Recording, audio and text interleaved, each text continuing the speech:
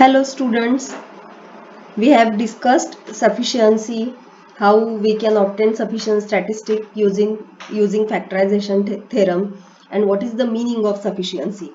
Now let us move one step ahead and let us consider minimal sufficiency. As someone from you had asked me in the last lecture whether there is only one sufficient statistic, then the immediate reply was that this cannot be the case. In fact, in almost all the situations there are many sufficient statistics. So if that is the case, then how do we choose? How do we decide which one sufficient statistics is to be used? Or how can we come up with the best possible sufficient statistic? Now, since the purpose of the sufficient statistic is to achieve data reduction without losing any information about the parameter, so a statistic which achieves maximum reduction of data while retaining all the information about the parameter is preferred. So such a statistic you can call as a minimal sufficient statistic. But then how do we construct a formal definition? What is the logic behind this definition? And then can we come up with a clear method to construct minimal sufficient statistic similar to what we have for the sufficient statistic. We use factorization theorem for constructing sufficient statistic. So we will also discuss a method to construct sufficient statistics. So let us consider this. So just like in the case of normal distribution with mean zero and variance sigma square, we had discussed that in the first lecture. Several statistics which are sufficient are available. So for example, T1 is the square of all order statistics. T2 is the two-dimensional statistic where the first element is the addition of the first m order statistics and the second element is the addition of the rest of the order statistics. I mean squared order statistics. So here this m is any integer between 1 to n. So here see T1 is n dimensional sufficient statistic. T2, so from n dimension we go to 2 dimension. So there is a big jump, isn't it? Lot of data reduction is happening here when you move from T1 to T2. And then look at T3. T3 is simply summation of all these observations. That is summation of all squared order statistics. But won't that be mean same as the summation of all squared observations? Because finally it is summation. So it doesn't matter in what sequence you add those observations. So T3 is simply summation of xi square, which can be safely written as summation of the first two elements of T2. So summation of the two elements, not first two elements of T2. So again see from 2 dimension now we are going to the 1 dimension. So definitely data reduction is happening here even though we have three different statistics. So T1 to T2, T2 to T3. So higher reduction of data is happening when you move from T1 to T2 and then from T2 to T3. So then how do we decide? Now here the choice is clear. Na? You will go with T3 because it is only one dimensional. So why do I have to retain these n values if I can work with this single number, isn't it? This is the logic you will have. So thus here since T2 achieves more reduction than T1 and T3 achieves more than both T1 and T2. So which one more thing which you can easily notice about these three statistics is that T3 can be written as a function of T1 as well as function of T2, isn't it? T3 I can say summation of all observations from T1 will be T3. Again the same summation of all the elements of T2 is nothing but T3. So thus T3 can be written as a function of T1 as well as T2. But can you write T1 and T2 as function of T3? Can you do that? No, you can't, isn't it? So T1 is only, T3 can be expressed as functions of T1 and T2, but T1 and T2 cannot be written as function of T3. Same argument is applicable for T2. T2 can be written as a function of T1, but T1 cannot be written as a function of T2. So thus T3 is a reduction. It is a reduction of T1 and T2. In the sense, It's reducing, it needs lesser data. Now if you talk about the partition, this we have discussed earlier, that every statistic creates a partition of the sample space. It induces partition of sample space.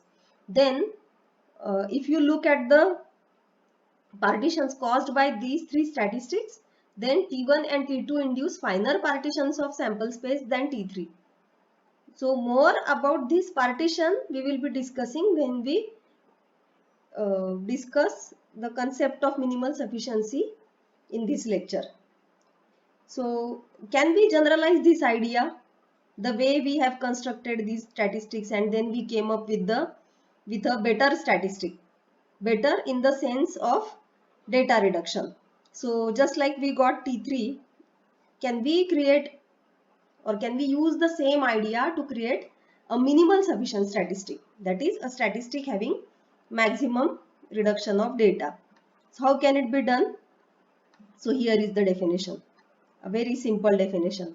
So suppose M is a statistic, then it will be a minimal sufficient statistic for parameter theta if mx is sufficient for theta. Firstly, it should be sufficient, and secondly, suppose there is another statistic, sufficient statistic tx, then this minimal sufficient statistic mx should be a function of tx. The minimal sufficient statistic should be expressible as a function of tx. What does it mean? How can we write it mathematically? So this is how we can write. So that means if tx is equal to ty, then you will also have mx is equal to my. Try to apply this definition to the example which we have discussed before, isn't it? Suppose you have two different vectors where the squared order statistics are same. So x ordered 1 square is same as y ordered 1 square, x ordered 2 square is same as y ordered 2 square, and so on. Then what do you think, if that is the case, then won't T3 also same as T3 on x? Won't it be same as T3 on y? Yes, it will be the case. So this is how the logic is, that if a statistic, a sufficient statistic which is a function of all other sufficient statistics, then it is a minimal sufficient statistics.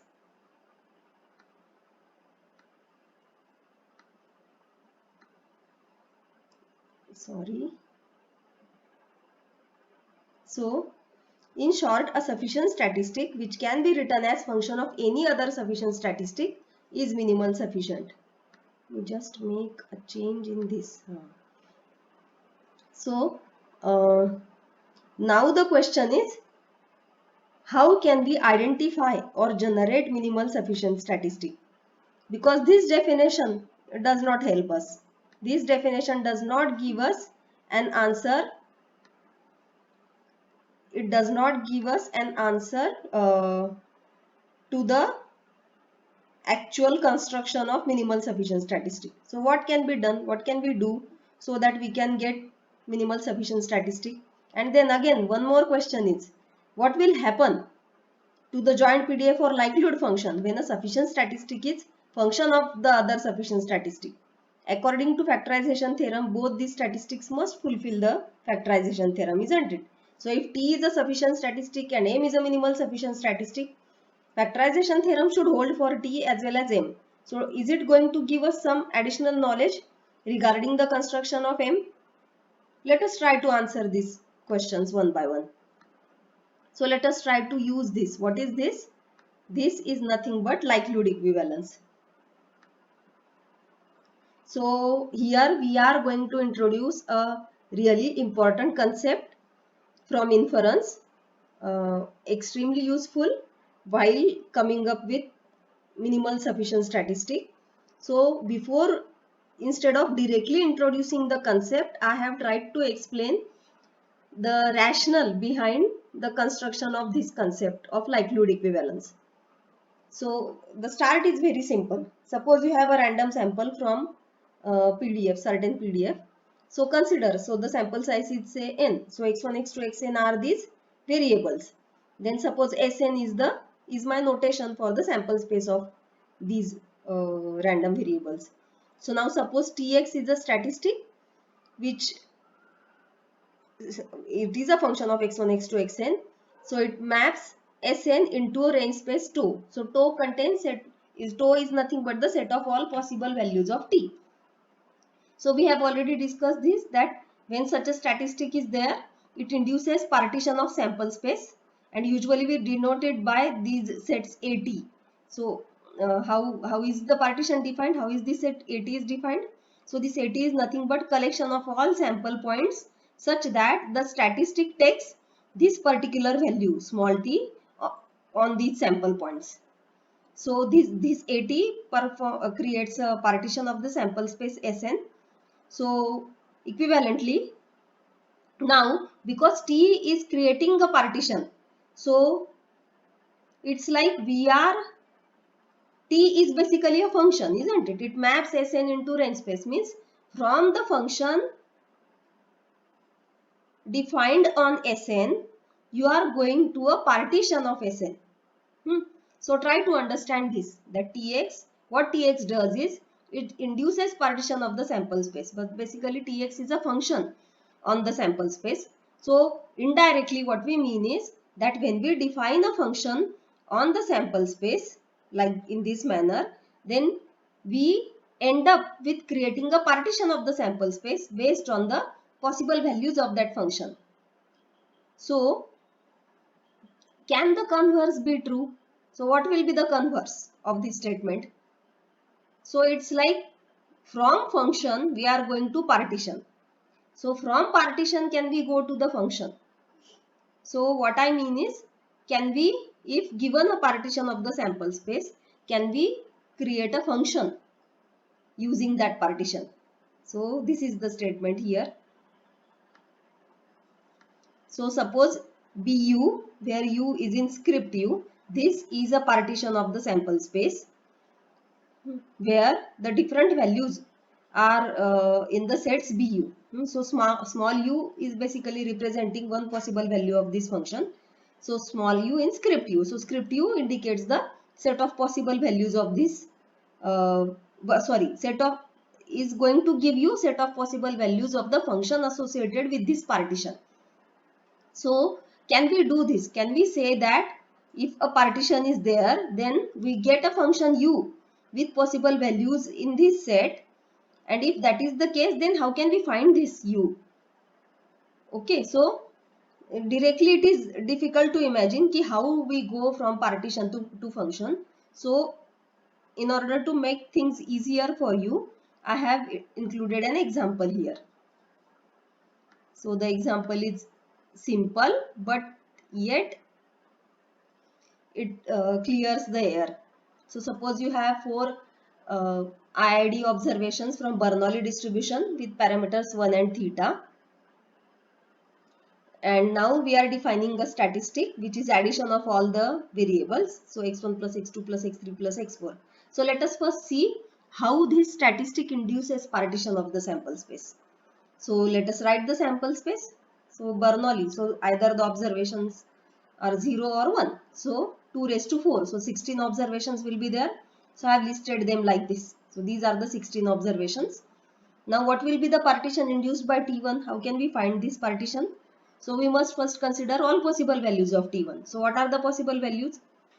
It can be 0, it can be 1, it can be 2 at most, it can be 3, and at most it can be 4. See here, at most it can be 4.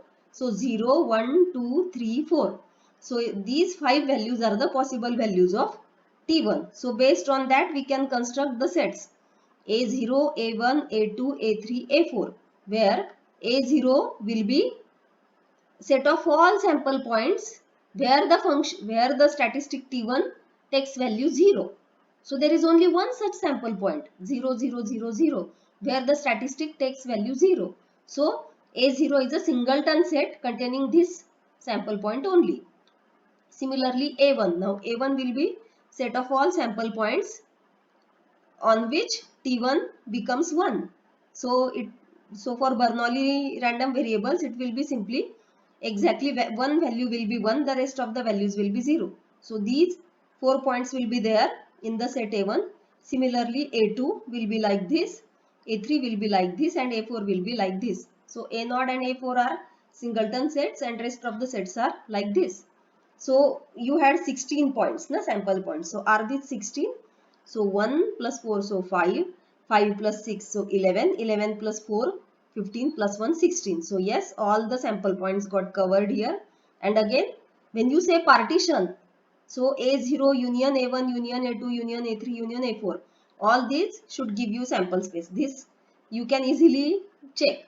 And again, these sets should not have any common point. They should be disjoint. So are these sets disjoint?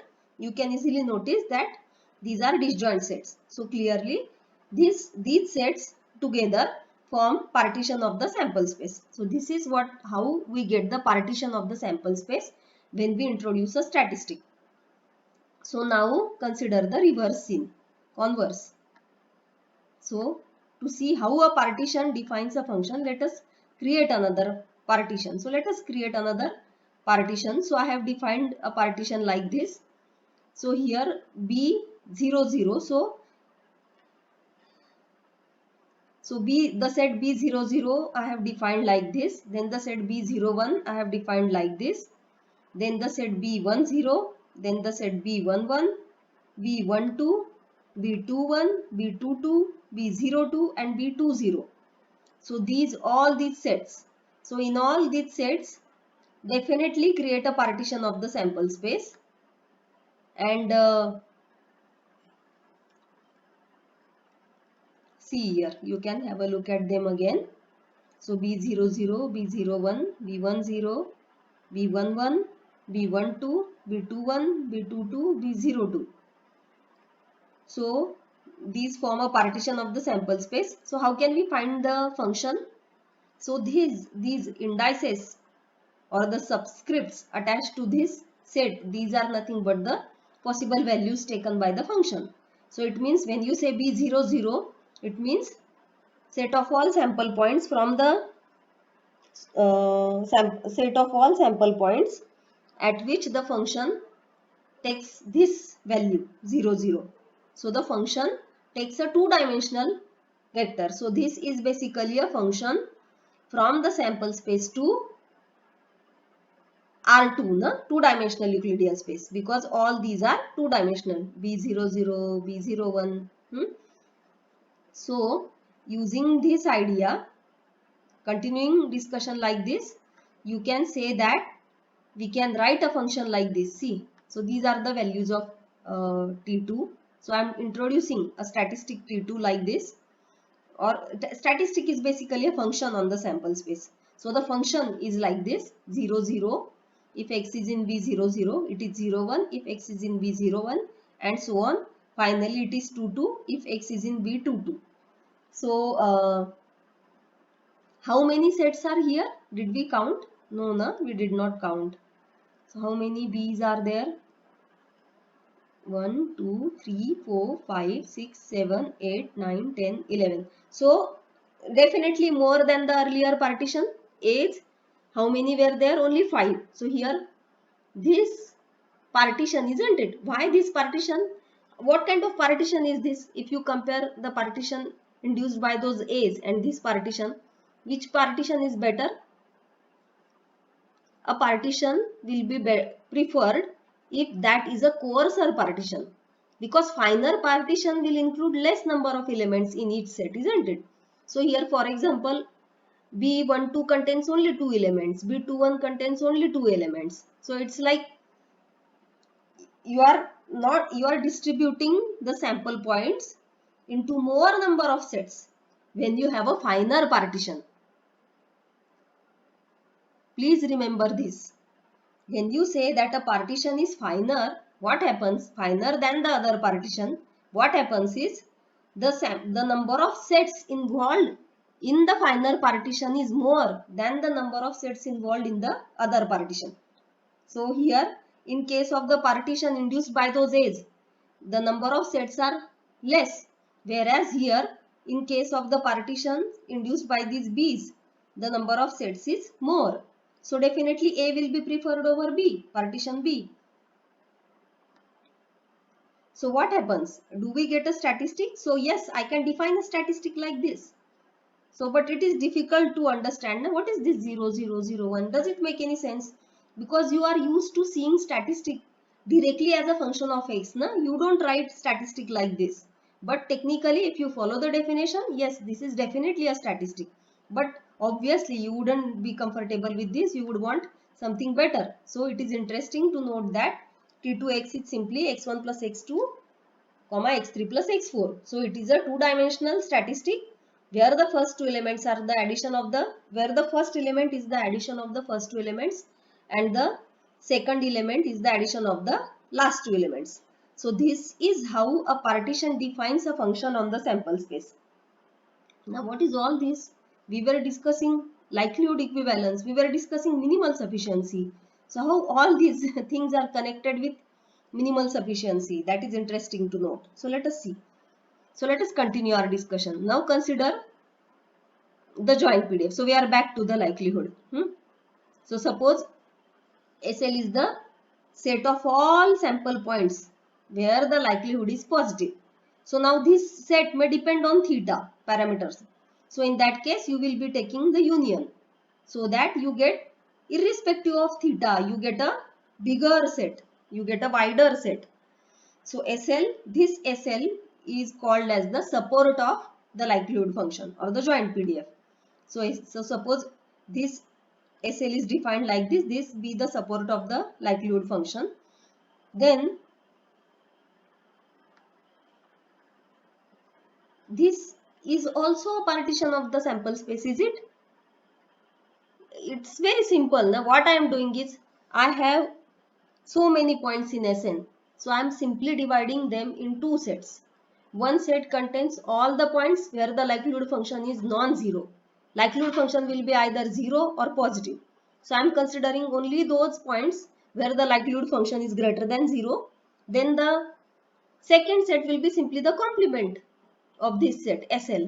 So SL and SL complement, they clearly form a partition of the sample space. So can we now this is definitely not a great partition. This is not going to give you a statistic. Ultimately we are interested in creating a partition which is going to give us a minimal sufficient statistic or at least a sufficient statistic. So how can it be done? So SL complement, either we should focus on SL or SL complement. Now SL complement carries all those points where the likelihood function is 0. So in other words, you can say that all those sample points which carry probability 0. So what is the point in focusing on those sample points which carry probability 0? There is no point in this. So we should focus on those sample points which carry positive probability, means which are probable, which may actually appear in the sample. So let us focus on SL. So if we can partition SL into sets such that ultimately we get minimal sufficient statistics, will be done. So let us see how can it be done. So suppose there are 2 points in this set SL. So let us take such 2 points from the support of the likelihood function. Then here comes the important part. So you might be familiar with the notion of equivalence relation. You might have studied this in mathematics. So something similar to that, or something based on the equivalence relation we are going to develop here. So this is how we define. So we say that x is likelihood equivalent to y if there exists a positive constant k1 independent of theta, but this constant may depend on x and y, but it should not depend on theta. That is the only condition. So if such that the likelihood function at point x is a multiple of the likelihood function at point y, and instead of k1 I should have written k, and this k plays the role of that constant. So if this is the case, if this holds, then for every theta in the parameter space, then we say that x is likelihood equivalent to y. Let me repeat again. What does this mean? That the likelihood function at point x is simply a multiple of likelihood function at point y. That is the only thing. This multiple constant may depend on the observations, but it doesn't depend on theta. So no matter how much theta you change, how much theta you vary over the parameter space, this relationship is going to hold. So if this happens, then they say that these 2 points are likelihood equivalent to each other. So x is likelihood equivalent to y. So do you notice that this relation, likelihood equivalence, is actually an equivalence relation. So relation on the set SL, which is nothing but the support of the likelihood function. So why is it so? When do you say that a relation is equivalence relation? There are some properties, na? Symmetry, reflexivity, transitivity, something like that. Do you remember? So these three properties can be easily verified for these likelihood equivalence, and you can safely conclude that this likelihood equivalence is a equivalence relation. So now it is interesting to see how likelihood equivalence gives a partition of the support of the likelihood function, and together then once this relation creates a partition, then that partition along with the SL complement is going to give you partition of the entire sample space. Let me summarize a few things again.